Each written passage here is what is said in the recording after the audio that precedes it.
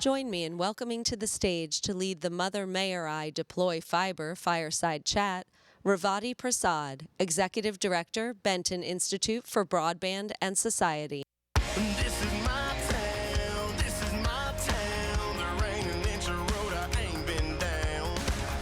This is my town, this is my town. Long as I'm living, I'll be hanging round. It's the middle of nowhere, but I call it home. Joining us for this fireside chat. Look at that. Mother Mayor, I deploy fiber. And I'm just really proud of myself for saying that smoothly. So I feel like this is a success already. I'm Revati Prasad, the Executive Director of the Benton Institute for Broadband and Society. For those who may not know us, we're a broadband policy nonprofit. We provide news, analysis, and research on broadband access, adoption, and use to a range of stakeholders, including fine people like you. I will get in trouble with my team if I do not plug our daily newsletter, Headlines, where you can get curated news from the tech and telecom space. And one last thing that I'll exercise a little moderator privilege on. There's a lot of palpable trepidation in the air with upcoming beat changes. We at Benton have been trying to demonstrate the costs of delays and disruptions to the programs as they've already been written. So please share stories with us if you can help us demonstrate the costs, both human and financial, of further delays to the BEAD program. And also, if you're already doing work on that, if we can do anything to signal boost, please do reach out. Okay, that's all my Benton spiel. Let's introduce our three mayors who are going to be talking about their city's experience with fiber and where fiber fits in with their vision for their cities. Mayor Alves of Danbury, Connecticut, who's just starting off on this process. Mayor Trimble of West Des Moines, who's been at it for about 5 years, so he's going to be sharing some pandemic-era horror stories about supply chains, I would imagine. And Mayor Wade of Charlottesville, Virginia, who's the veteran amongst us, because his city's been served by fiber since 2014. So if I could just go down and ask each of you to tell us a little bit about your community, the fiber projects there, and what kind of change are you hoping to see because of this investment in fiber? Well, thank you, and thank you for the association having us on to talk from a mayor's perspective. In Danbury, Connecticut, we are a small city. We are a small city, about 90,000 people, 44 square miles, but we're in the Northeast Corridor. We are in one of the country's oldest infrastructure areas. We were one of the first to get built out, obviously. And in Danbury specifically, we have two private organizations, one that's had fiber there for a little while now, and one that's starting to lay out the lines now and getting that in there. But what we're really excited about is the municipalities also taking the lead and putting fiber in. Specifically, we want to work on our traffic signals and traffic lights, but we know what that opens up for so much more, and we're excited to be where we are with that. Thank you. Mayor Wade?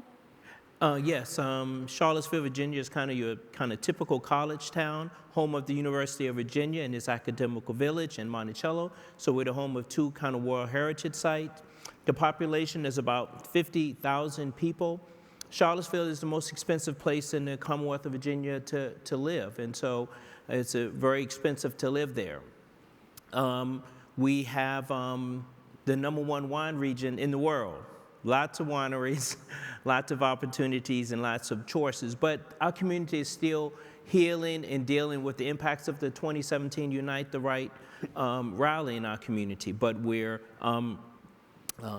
thriving, and we're moving on from that. As far as the future and what we'd like to see continue is that because of the University of Virginia and we have a big military facility there for intelligence, National Ground Intelligence Center, we have a lot of offshoot businesses from that. A lot of small businesses connected with the University of Virginia. We want to see continued expansion of that. Of those businesses, and it allows us to keep the young people in the community once they graduate, but also the continued partnership. The #1 provider in our community is Ting, and they provide scholarships for high school students, a lot of community events, a lot of support of the nonprofits and just community events. They're an integral part of our community. Mayor Trimble? So thank you to the Fiber Broadband Association for having me here representing the city of West Des Moines. We are a city of about 75,000. We are unique in that we span 4 counties in the state. We are in 6 school districts, and we really punch above our weight class. We've got 5 Microsoft data centers with a 6th data center on the way. We are home to Wells Fargo Home Mortgage, IMT, Athene, Hy-Vee Corporation, and a whole host of businesses. We are really the economic engine of the state of Iowa. Our decision to run conduit throughout the entire city in front of every home and every business was an easy one. To us, this is an essential corporate purpose, even though it's not stated so in the state code of Iowa. This is something that is as important as streets and sewers. And we actually did a survey of our residents in a 20-year plan that we were doing. And that was back in 2016, and the number one thing that our residents wanted to see in the city of West Des Moines was high-speed, affordable, reliable broadband. That came as kind of a shock to me because we're the 7th largest city in the state. Like I said, we're the economic engine of the state. I would have assumed that everybody already had that for their business and for their home, and came to find out that not everybody had affordable broadband or had availability of broadband. So it was an extremely important project for us, and it was not for the faint of heart, putting conduit in front of about 42,000 addresses across our city. But like I said, it's as important as streets and sewers. It's something that people need to have today to be successful. A lot of people working at home, so it's even more important than it ever has been in the past. Thank you. That moment of recognizing that broadband access isn't quite as widespread, I think we can all relate to that. That's the moment of the penny dropping for us. Yeah. Mayor Wade, I'd like to start with you specifically, like as the veteran amongst us and the city that's had the fiber the longest. What do you think your city's been able to achieve it simply would not have without that investment? Yeah, so we started in 2014. So we have about 230 miles of fiber throughout the city. So we're building out, we're taking it to the next level. I'm learning about gigabytes and things like that. I went down to the exhibition hall yesterday and I saw a whole lot. I'm used to seeing things above ground, like school buses, city buses. I saw a lot of things that's usually underground. But one of the things that we were able to do is that to be able to attract and keep those businesses, those people that wanted to start their business. Charlottesville in our community is one of the top places for small startup businesses. And because we had the platform of broadband to do this. And another thing that we didn't know about, but when COVID hit, and we had to pivot our schools and a lot of community things to remote, we were able to do that quickly. We just had to worry about getting the computers to our kids. And so we knew that during that time, a lot of people from Northern Virginia moved to Charlottesville and Albemarle. They still could work remotely from DC. Of course, some of those things are changing now, but they're now part of our community, which is, greatly improved our community. But it just allows us, it allowed us to expand, to be able to have that platform to attract businesses with our economic development. So it's just been a great benefit for us. Thank you. Mayor Trimble, I want to ask you a set of questions about your decision-making process. So 3 interrelated decisions. Sure. That you would have the city own the infrastructure, that it would be an open access network, and that you would not be the service provider. How did you come to that, and what kind of opposition did you have to squash to get there? So we know as a city what we're good at and what we're not good at, okay? We're good at doing infrastructure. We're good at putting infrastructure in the ground. We are not an internet service provider. We also don't want to compete with the private sector. We knew what we did is we put conduit, 7-way conduit, in the ground on all of the major arteries and collectors throughout the city, ran them to the front door of every neighborhood. And then we had two-way conduit that we ran through the neighborhood for providers to go in there as well. But again, we knew what we were good at, and infrastructure was one of those things. Being an internet service provider was not, and again, we didn't want to compete with the private sector. And I'm sorry, what was your third question on that? Opposition. Did you face any? Okay, so we did have significant opposition. Well, number one, we had to think about what the cost of doing this would be and whether or not it would be worth it. And at the time, I think the cost of doing this was about $60 million. Okay, and I will get into this later if we have time, but we started doing this in 2020, and it took us 4 years, from 2020 to 2024. So we did this through the pandemic, and we had all kinds of issues through the pandemic. So we had to get over the cost of it, and the council needed to make a decision that they wanted to invest in this, that this was important enough to do. But we also had an incumbent provider in the area that kind of fought us a little bit on this. And actually, after we put the conduit in, we got sued by that incumbent provider. And so we were in a lawsuit and had to fight through that, and that took quite a bit of time to work through. So Has the lawsuit been dealt it's with? done, it's settled, but it lasted a long time. It cost more as we had to hire attorneys and go through the process and everything else. It delayed the project significantly as well. So, but all is good. Everybody's happy. We've got 2 providers citywide. We've got other providers that are using portions of the conduit. And our incumbent provider is also in the conduit in various locations as well. Mayor Alves, as you hear that, are you like changing your budget to add a litigator line? Yeah, well, we have to worry about things like that, but thankfully my chief of staff is in the crowd, so she's taking all those notes and pivoting, so keep the notes going. Since you guys are starting out, who have you found to be your biggest champions and supporters for this work? And where are you going for help in how to approach this work? It's a great question. Our biggest champion has been the state of Connecticut. Supporter has been our governor, Governor Lamont. He knows how important this is for business and to attract economic development, right? You can't talk about being a future-ready city without having access to broadband across your state and your city specifically. So we're lucky to have him and lucky to have that support. Through that, we got a $7 million grant to be able to get this going. And then it's leverage relationships and the subject matter experts you already have.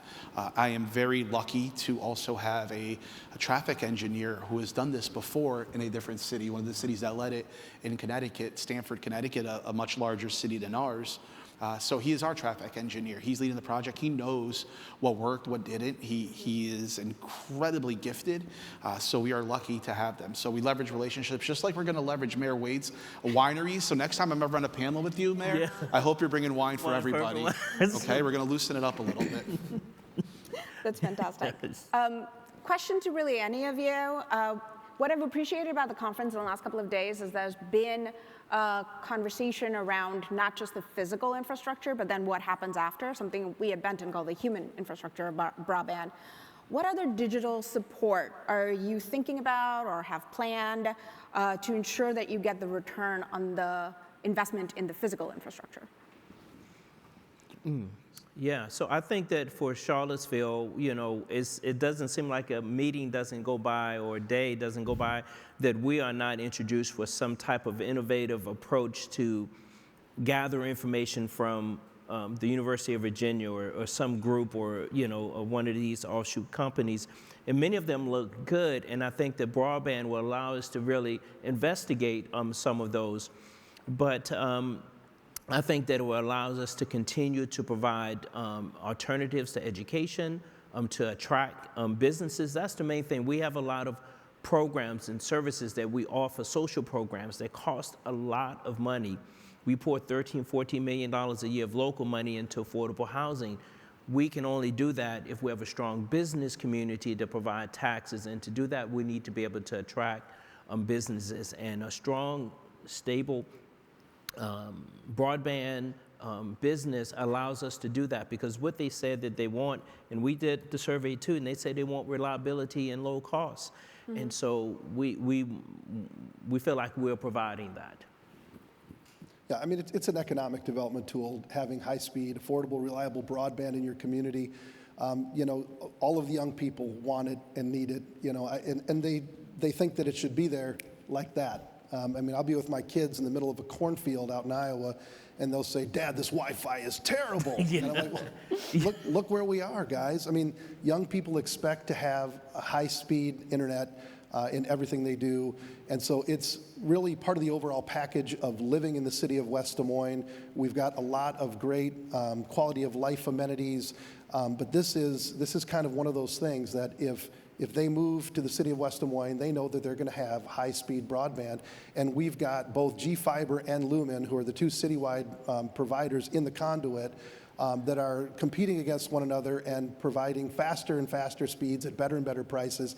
Everything that we hoped would happen with the investment in this conduit is happening, and it's helping to attract and retain the best and the brightest to our community. That's great. Yeah, with us, we talked about reliability. For us, it's resilience as well. Yes, we're in the Northeast, but we have aging infrastructure. And, you know, I was listening to the panel earlier. We had the gentleman talk about rural America. Rural America is all over America. In Connecticut, you leave one of our cities and you drive 30 minutes out, you're pretty much rural. In my city of Danbury, I live in a very wooded part of the area, and I have lost power at a week plus at a time. And I have a generator for my whole house. It kicks in, and that's great. But a day later, our internet is out. And with fiber, I know we're gonna be there, and we cut cable, we cut the cord years ago. So I know now my wife, who is in finance, if it works from home, she'd be able to work. My kids will not be nagging us, and all of you who are parents will know that they need their TV every once in a while. So the resilience in our snowstorms that we get a lot is huge for us. But it all comes back to really not just the personal creature comforts, but economic development. If you want to attract folks to work, if you want to attract businesses, you want reliable, high-speed internet, and fiber is how we do it. And we're excited for the opportunities that we're at the infancy stages at compared to my colleagues up here, but excited for where we're going. That's great. Something that actually came up in the last panel was Brandy talking about public safety and fire. And I know that you had mentioned earlier that that was one of the core motivations of your work too. I was wondering if you could speak to that. Yeah, so as we lay this out, we can interconnect all our city buildings. We have multiple fire stations, our police stations. Important to us is being prepared. We have 2 emergency operations centers. And as we laid this groundwork down, the interconnectivity of these buildings to keep things operating and make sure our public safety professionals have access, again, just tied into the last panel, and I've heard stories of people not being able to access internet in certain areas and how important that is to response time. Everything is so digital in our world right now. Everything is run by these, digital headquarters. So we want the most reliable so we can get in on there. That's why this is so important to us. Mayor Trimble, tell us about the pandemic and trying to construct a network through that. Sure. So we started in 2020. We didn't know what we had coming like the rest of the world. The cost of the conduit network that we were going to be putting in was going to be about $60 million. Then the pandemic hit, and we had supply chain issues, worker shortages. We put in the conduit. We put in locator wire and vaults. At one point in time, we couldn't get any more vaults, so the project was delayed. The project went from $60 million to $72 million at the end of the day due to all of the supply chain issues, the worker shortages, and all of those things that we were dealing with. And then it took us 4 years to get the conduit run by every address in the city of West Des Moines, which ended up being about 42,000 addresses. So it was a huge challenge financially and otherwise, delayed the project significantly. And there were different parts of the project that got delayed. Like we had, the tubes in the ground in front of everybody's home and everybody's business. We had a lot of complaints about this. Hey, when are these guys coming back to finish the work? When are they going to get this done? When are they going to come restore my ground if they've gotten it done? So the pandemic provided just even a more massive challenge than we already had with laying this conduit through every home and every business in the city. And our governor, Kim Reynolds, is looking at trying to get high-speed broadband across the entire state of Iowa. Well, I think one great way to do it, even though it's not an easy project, is to run this conduit because it gets rid of the barrier to entry for internet service providers. It cuts down the permitting time significantly. I want to say that the permitting time before we did this was maybe 2 to 4 weeks. Now it's a few days to get the permit and get going and start running the fiber through the conduit. So it's made a huge difference. It's bringing in other internet service providers. I think it's really a great way to get broadband across the entire state of Iowa to the more rural parts and whatnot. So I just want to quickly tag on to that is that, Charlottesville being really a small, compact city, 10 square miles, and really rich and deep in history. If I hear another story about, old tale that, Thomas Jefferson, helped lay that road, or George Washington, I was like, well, could he have used something other than the terracotta? Because we are constantly redoing our streets and roads because of the aging infrastructure. And that is something that, we're putting in things now that we hope that last 60, 70 years. And, but it's, it's really expensive. But so when you're doing it, it would be good if you work with, other utility providers to do it all at once, because that is something that cities know how to do, is put in utilities, and to cut down on complaints. If we could do it all at one time, it would be great. Or have the infrastructure there so that other service providers can just use it. Well, if I could just say something really quickly to that, I mean, not only did we do this because our residents demanded it, asked for it, it was the number one thing they wanted, but we also had an absolute mess in our right-of-way with all the utilities in the right-of-way. We were running out of space, and so we knew that putting in this conduit network would help to clean that up and keep that neat. I mean, part of the permitting process and why it takes so long if you don't go into the conduit network, which you don't have to, is the fact that we've got the whole city basically labeled like a stoplight, green, yellow, and red. There's some areas where the right-of-way is so congested that it's either yellow or red, and you've got to work with the city to identify maybe an alternative route to get where you need to go because of that. So it delivered high-speed broadband to every home, every business, but it also cleaned up our right-of-way and helped us out in that regard as well. So That's really interesting. What was the original time horizon? How long was the project projected to take initially? I think it was projected to take like 2 years, 2.5 years, and it took 4 years because of all the issues that we ran into with the pandemic and supply chain and all of that. Pandemic was a black hole for all of us. Something that I wanted to ask all of you was, in addition to the physical infrastructure, what else do you need to have in place and ready to go in order to be successful and be able to reap the benefits of the fiber infrastructure? You want to take this first, Mr. Wade? Yes.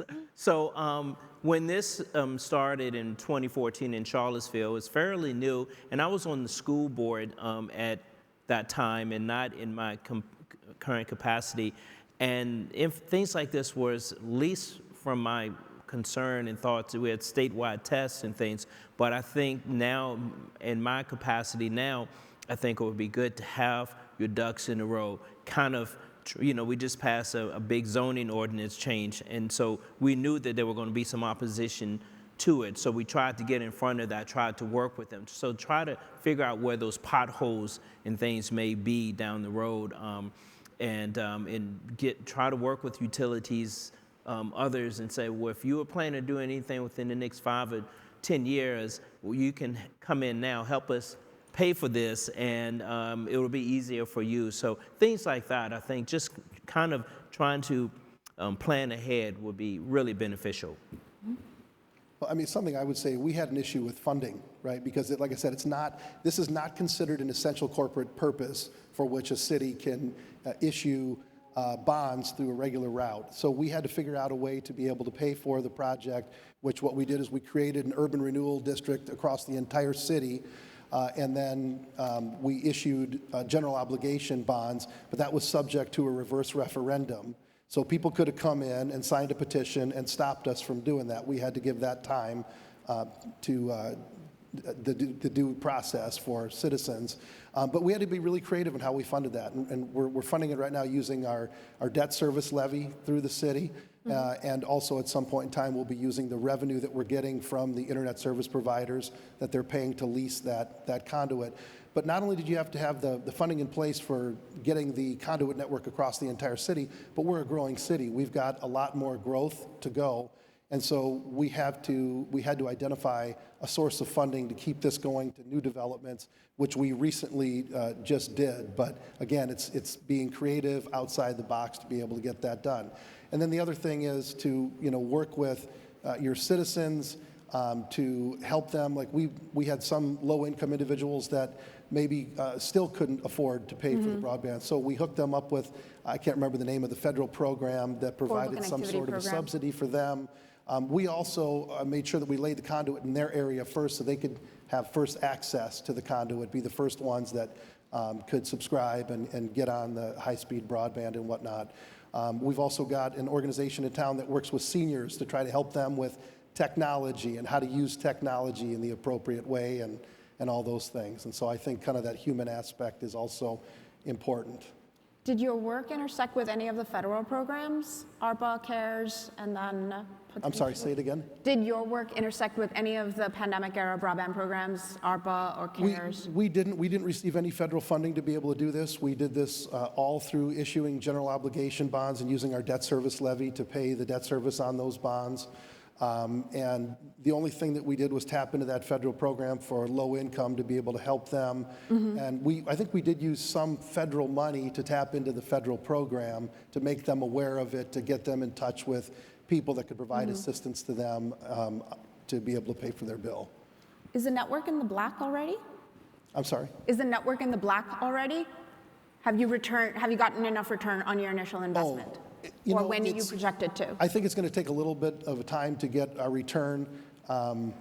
It's going to take a little longer. I mean, I think people that go into the conduit pay $5 per lineal foot, and then that cost is broken down and paid for over a 20-year period. So it's going to be more of a longer period payback, but we're already reaping the benefits, and it's much greater than we ever anticipated it to be. So the more providers that go into the conduit, the quicker we're going to get paid back for the investment that we made. So we're pretty pleased with how the return is coming. So. All right, thank you. Did you all consider federal funding? So we're lucky. We have a state that wants to invest in this. So we did it. Our $7 million was a grant. There was no match from what I can recall. And it's such a priority for our state that we're going to be able to chase for the next phase further grants so our residents don't have to take on any GO bonds and go from there. But the other side of it for us, not just the funding, was coordination. I'll keep it simple. Funding and coordination. Coordinating with utilities that are currently doing groundwork now so we don't have to rip up streets. And just make sure it's as efficient and effective as possible. All right. My final question to all of you would be, tell us your secrets. What are the tricks of the trade? What levers of power or influence were you able to use to smooth out any bumps in the road, to manage any opposition? Tell us your secrets. So I'll go first on this one. I'll be very quick. I think in our world, relationships matter, right, gentlemen?